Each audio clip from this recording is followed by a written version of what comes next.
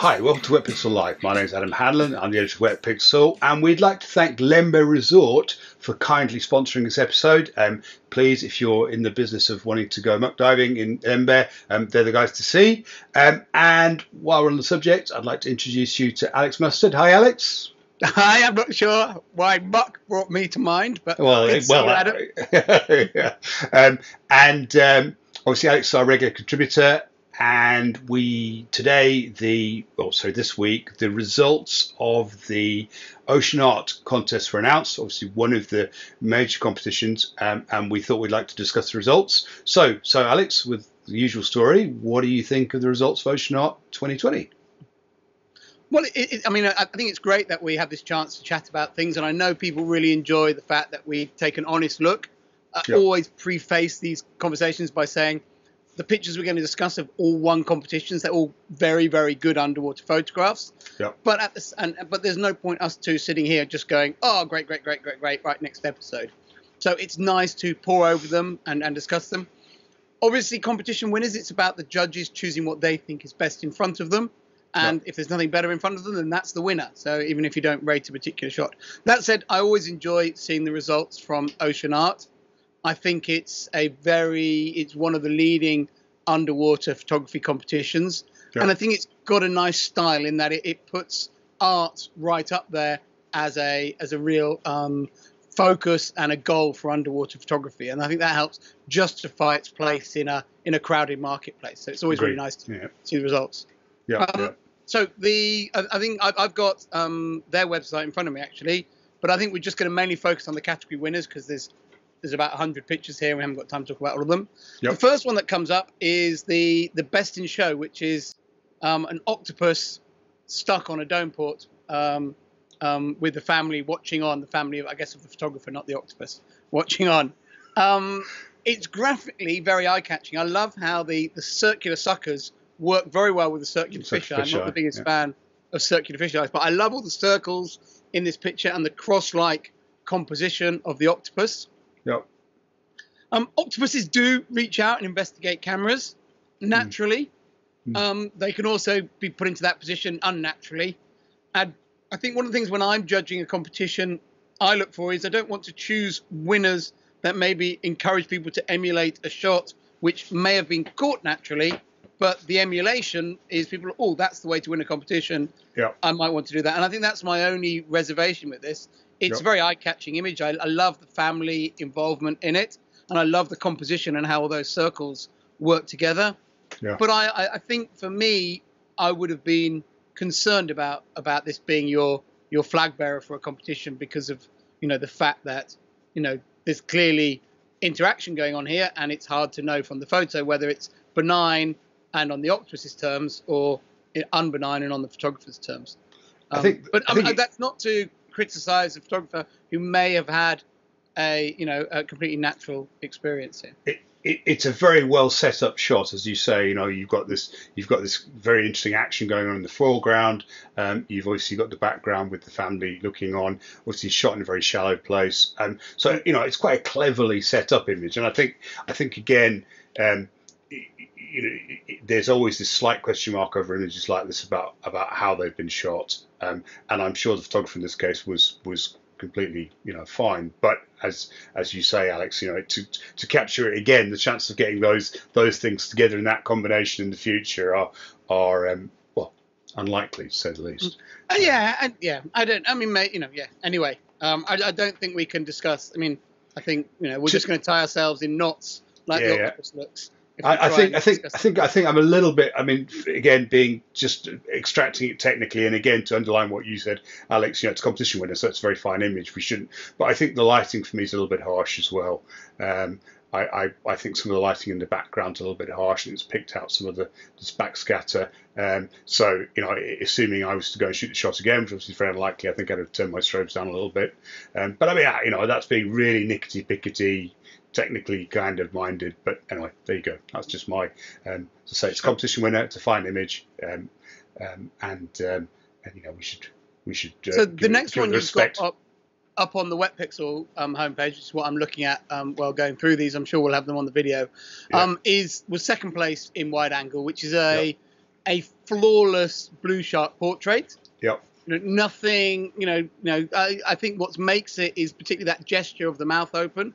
Yep. I think that elevates it a lot above being a normal sort of blue shark. And I quite like how blue sharks photograph with a fisheye, because it when they come onto the camera like this, they almost look a bit more great whitey rather than the skinny little sharks they are. Yeah. And this with the beams of light behind it, it's just I would say a flawless shot. Not, unbelievably remarkable, but, impossible to critique in terms of if that's the shot you want, you're not going to do a better job than this. Very well lit, great eye contact, the gesture with the mouth, lovely sunburst, very nice sun rays. No, I quite agree. It's just a technically flawless image, really, isn't it? Lovely. I think that the photographer's done a great job of setting out to capture a portrait of a blue shark. I think it's great. Yeah, really good. The next one you've got on Wetpixel is the winner of the macro category.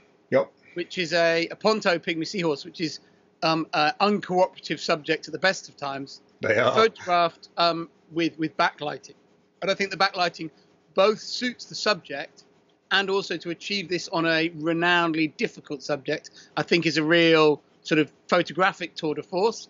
Yeah. And the result looks really beautiful too. So it's both art and technique really coming together. Yeah. And I think it's a really, really, really pretty, attractive shot. Yeah, quite agree. No, I thought it was lovely. Yeah. Mm. Yeah. The behaviour category winner is by Steve Kovacs, who's done some fantastic behaviour photography. It's a pair of crabs mating, or swimming crabs mating while swimming. It's fine. I mean, I don't think it's not it's not amazing action. The crabs stay together like this for a long time. I'm not. It's nothing I would criticise about the image. It was a picture that if I saw that, I would want to take a picture like that. Yeah. But it's not an incredible behaviour shot. I haven't got the rest of the behaviour category. I think picking up the black background does give it a bit more drama. Obviously the light coloured crabs against the black background with nothing else in shot, and obviously the controlling the light fall off. I think has made it a fairly kind of fairly common subject, really, that's quite dramatic, really. I think it definitely leaps off the page at me, leaps off the screen at me, sorry. I think it's a very creative or very well shot picture of something that I say is relatively common. So yeah. I have to say though, looking at the other awarded pictures, it's probably deserves its place at the top of those. I have to say that Steve Kovacs' portfolio has got some amazing behaviour shots that I would rate higher than that. I just competition's about beating the other people. That's right. Next up is a portrait category of a monkfish or a anglerfish.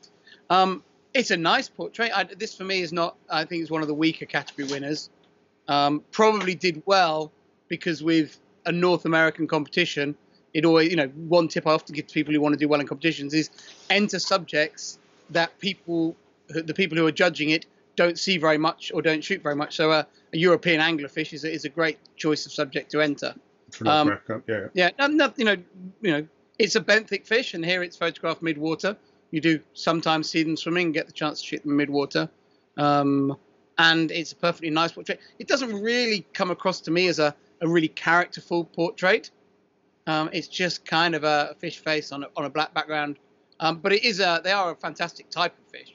They're one of my favourite types of fish. It's a very charismatic subject, as you say. It's all the lumps and bumps and the fishing rod and all that kind of thing. Is it Nilium? It is Nilium, isn't it? Anyway, I think those come across really well in the image, and the black background helps to emphasise that kind of the shape and the form of the animal. So next category there. There's one actually I really wanted to point out which was the runner-up in macro. Yeah. Which I just thought was really interesting because I haven't seen the shot before and I haven't seen that subject before. It's a photograph of some baby anglerfish is the title of the photo. I suspect it maybe didn't challenge for the win of the category because looking at it, the image quality looks a little bit off. I also don't really understand how it's taken in terms of how these eggs are so nicely lined up.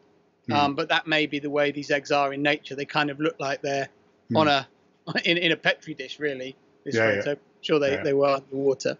But I really like the subject matter, and I think there was a potential for a really incredible photo with that subject matter.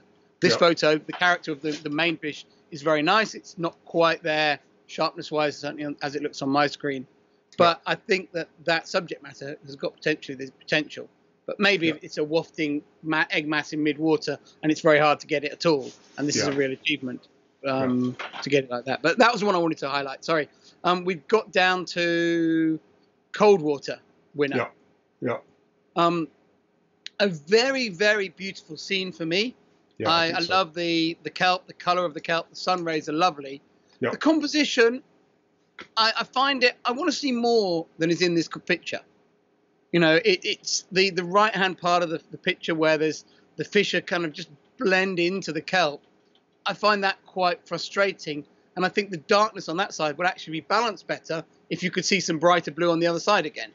I think the fish as well, they're all going a little bit in different directions, the rockfish or whatever they are. I think it'd be quite nice to, you know, if you could capture a moment where they were a little bit less higgledy-piggledy and actually a bit more graphic strength from repeating patterns. But the atmosphere, the color balance, and the simplicity of the shot I like very much. I think if possibly getting the photographer getting a little bit tighter on this shot and getting a little bit more light on the fish in the background to pick them out, as opposed to them just being silhouettes, I think would really make the shot pop. Having said that, I love it. I really like it. So I like it as a silhouette. I just think if you're going silhouette, you need those shapes to be as good as possible. And there's too many fish overlapping with kelp. Like the key fish that are in the sunbeams are overlapping with each other. You know, there was a better opportunity at that time, perhaps. Maybe this was as good as it got, but you just feel that there was, you know, it's just not as perfect as it should be for that type of simple shot. But I really like it, and for me, it's definitely my favourite of the winners in that category of all the awarded pictures. So it would be my winner too. But those are things I think could be nicer. No, I do like it. Nudies. So So I really like the first place nudie, which I'm not overly familiar with this particular. I think it's a sea slug, not a nudie species, but I think it's one of those ones that enters these bulbous algae and eats the algae from the inside out. And I think that's a really interesting picture. I think the flaw in this picture is the framing / lighting, in that there's a great big bright lump behind this, which, you know, with more selective lighting, either inward lighting, a snoot, or just changing your viewpoint so you've got a bit lower and we're able to frame this against the black. How much better would this look without that big lump behind it? Yeah, I find that distracting. I quite agree. I think it's just, you know, I mean, maybe you couldn't go any lower, but you could definitely sort your lighting out. And I think the other thing that for me, and this is a bit of a niggle really, but you know, the fact that the outer casing of the upper outer casing of the algal sac is actually slightly out of focus, that detracts for me. I like sharpness where sharpness should be. It's a depth of field issue, I should imagine. It may well have been, you know, that's the way it is, you know. I think the only way around that maybe would have been to back off and then not shoot quite such high magnification. I don't have an issue with that. Which it probably needs, actually. So, it may be. I think it's the as long as the nudie is sharp, that for me is what it wants. Which it is. The others are all pretty standard nudies. I don't think there's anything. And one of them is not even in a picture that I think I would even keep coming to the surface. But that's enough about that. The Blackwater category is strong and, you know, dominated by really a couple of photographers, and all the pictures are very, very nice Blackwater shots, all well shot, and it's just a case of who found the coolest critter. I think there's a bit of a lack of, you know, I think some of the cephalopods and jellyfish I really like in Blackwater rather than just fish. This is a little bit of a dominated by fish category, but there are, I think, at least two of those fish are really, really fantastic. That the one at the top, which is called Acanthonus, which I'm just reading the caption here, which is the winner. That's an incredible looking fish. Yeah. Really, really, really bizarre beastie. So I like that fish very much. And they are beautifully shot. There's no doubt about it. I think this is a bit of an old thing that we flogged, but I'm finding it harder to get inspired by Blackwater pictures than I used to be. They're beautiful, but I've seen a lot of them now, and I'm kind of. It needs to be. I think for me, for Blackwater now, it needs to be something really exceptional for me to go, wow, look at that. Whereas originally, when they first came out, pretty much everything was, wow, look at that. So yeah.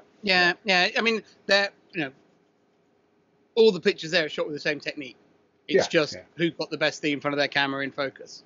Yeah. But I actually like that Ocean Art have put Blackwater in its own category, and it's like, if you like this, go here. Yes. If you've seen this all before, don't go here. Yeah, absolutely. I think it's a good move, isn't it? Yeah, agree. Yeah. And then that brings us to I think the penultimate category, conservation, underwater conservation. And the winner of this category is this shot of a mast. Yeah. It does look like it has been in the sea more than for longer than the photographer was in the sea. A lot of the mast shots you see in circulation, it looks pretty up. It looks like the photographer took the mask in with them to take the photo. This one at least looks like it's been in the sea a while. The way the palm tree and the building overhang, it looks like it's shot in a canal or even a dirty swimming pool because of the with the buildings over the top. It's taken in deep water, close to buildings, so maybe in a port or something. Yeah. And most of what's in the water there is actually natural. It looks all scummy, but it's actually wood and bits of seagrass. Yeah. So and then just the mask. But the mask does at least look like it's been in the sea for at least a day or two. I mean, I think it's definitely, it's very topical because of the times we live in. And I suppose from a conservation standpoint, if you're looking for conservation in dramatic images, they should reflect the current time to some extent. And that's certainly what we're seeing here. And I think this picture, will have a bit, will have a good impact on the public when it's seen by them. Yeah, I'm sure. Yeah. Great. And I think the palm tree probably really helps in that people relate to that. Oh, I can see a palm tree. This should be a beautiful place, and there's all this scum in the water. I think if you didn't have something in Snell's, it would become very abstract. It would really be quite hard to know what's going on. It definitely gives it a sense of where it is. That it is floating on the surface of the water. I think for me, for these shots, thinking about shooting them myself, for these types of shots, you do you need more than just the litter. You need that feeling of. But I think the best shots are where there's some marine life as well. Yeah. In that, so you see how it's impacting on the marine life, not just here's a photo of this in the habitat. Yeah. I don't think there's much else in that. And then the next category is underwater art, which I guess is Ocean Art's kind of prime category, which is is much more flexible on, I guess, photoshopping rules. And the winner of that is You're My Friend, so we're not going to say anything nasty. And she's feisty. Irrespective, I think this is a picture that it has got huge initial impact, makes you smile as you work out what it is and how it's done. I think it's really creative piece of underwater art, as the category says. And I know Jenny won a category in this. She won the Nudibranch category last year in this competition, and I think this is a very, very deserving category winner. And for me, it would have been my overall winner in this competition. For me, it's by far the most memorable underwater picture. I can kind of understand the competition not maybe wanting to award a Photoshop creation the best in show, but for me, this is undoubtedly the most memorable picture on this page. It's very original take on a very cool subject, and I think it's a fantastic picture. So big congratulations to Jenny. There's I think is in the animal portrait category. There's a picture of a croc as well by Cathy. I'm gonna have to scroll up what surname she's using. Another friend of ours, Cathy Holmes. Was awarded in the portraits category with another croc. Both these shots, both Cathy and Jenny's shots, are from my last workshop, the last overseas trip I made, intercontinental trip I made to Cuba in March, running workshops, and And they were on different weeks. Jenny was on one week of the workshop and Cathy was on the other. But great to see pictures taken last year winning. But I really like Jenny's shot in particular. I just think it looks like a Muppet or something. It's really comical. It looks like a great creature. Maybe this is what a Spinosaurus looked like when you saw it coming towards you underwater. But yeah, really. Last thing you saw. Yeah, for me, really great effect. Really well done. Love the composition. I think it'd be a great piece of art to hang on your wall. I think it's a real winner all round. I think yeah. For me, I must have been very close to being best in show, and I think there must have been quite a debate about it amongst the judges because I think it's a fantastic shot. Yeah. And a great way for us to wrap up. Indeed, yeah. So, I think congratulations, of course, to all the winners. And I think important just to stress again, they're all winners. We're talking about a whole series of lovely images here. So, where we're being critical, we're not really being critical. We're just trying to highlight some of our thoughts about them, really. But they're all lovely images. And the things that they do really well and the things that could be improved. And I think both of us would hold our hands up and say, almost every photo we've taken, and even pictures that are very well known and also competition successful, are all pictures that we look at ourselves and go, that could be better. If I had the chance again, I might do this better, or if the opportunity was more, more gave me the flexibility. So great stuff. Yeah, great. No, fantastic. Just on a completely separate note, Alex, you've just finished judging UPY. Go on then, give us a hint. There's some underwater photos awarded in it. and actually, because Ocean Art and UPY run at quite similar times, they often have some overlapping images. And I think in all the years, this year's got the least. That's interesting, isn't it? So yeah, very, very little. I mean, there's a lot of overlap in the entry, often, but in what was picked, very different. So, okay, there we are. Something else to look forward to. Look forward to the UPY results. Obviously, very happy that the Ocean Art results are out, and looking forward to seeing the UPY results, which obviously, particularly given what Alex said, there'll be some different images on them. Yeah, so, and when we do that for this, we'll also put on our critical hats. I'm very happy to pick apart the judging we've done, kind of sitting objectively, because it will be a month or two old by then, and I'll be very happy to sit down and go, well, this and that, and so. Yeah, I think we just blame Martin for everything. Yeah, absolutely. Well, I always do. Fantastic. Thank you, Alex. And again, just to thank our sponsor for this episode. We can't do these episodes without their support, and that's Limbo Resort. I'd like to thank you all for watching. Please feel free to add any comments about what you think of the Ocean Art images and the winners, and drop us a like if you enjoyed it. Thank you very much. I look forward to seeing you again soon.